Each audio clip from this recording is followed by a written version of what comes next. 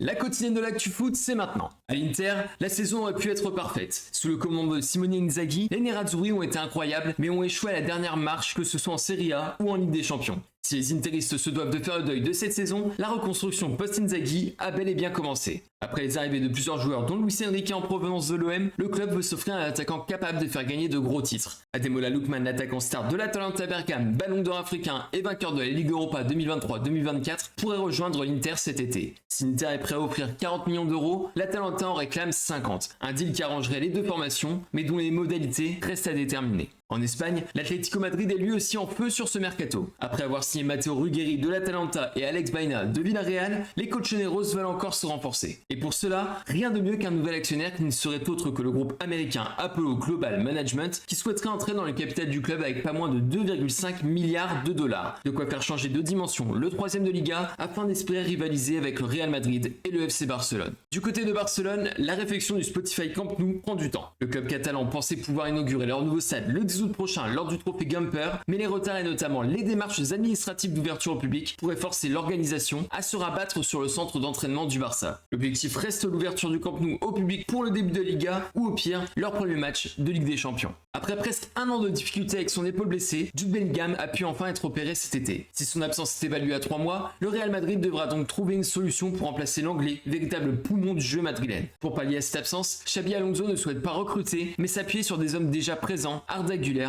et Franck Mastantuono. Le Turc déjà excellent durant la Coupe du Monde des clubs et l'Argentin tout juste arrivé auront donc 3 mois pour montrer leur capacité à animer un milieu de terrain qui manque de consistance depuis un bon moment. Abonne-toi et reste connecté pour ne rien manquer de l'actualité foot.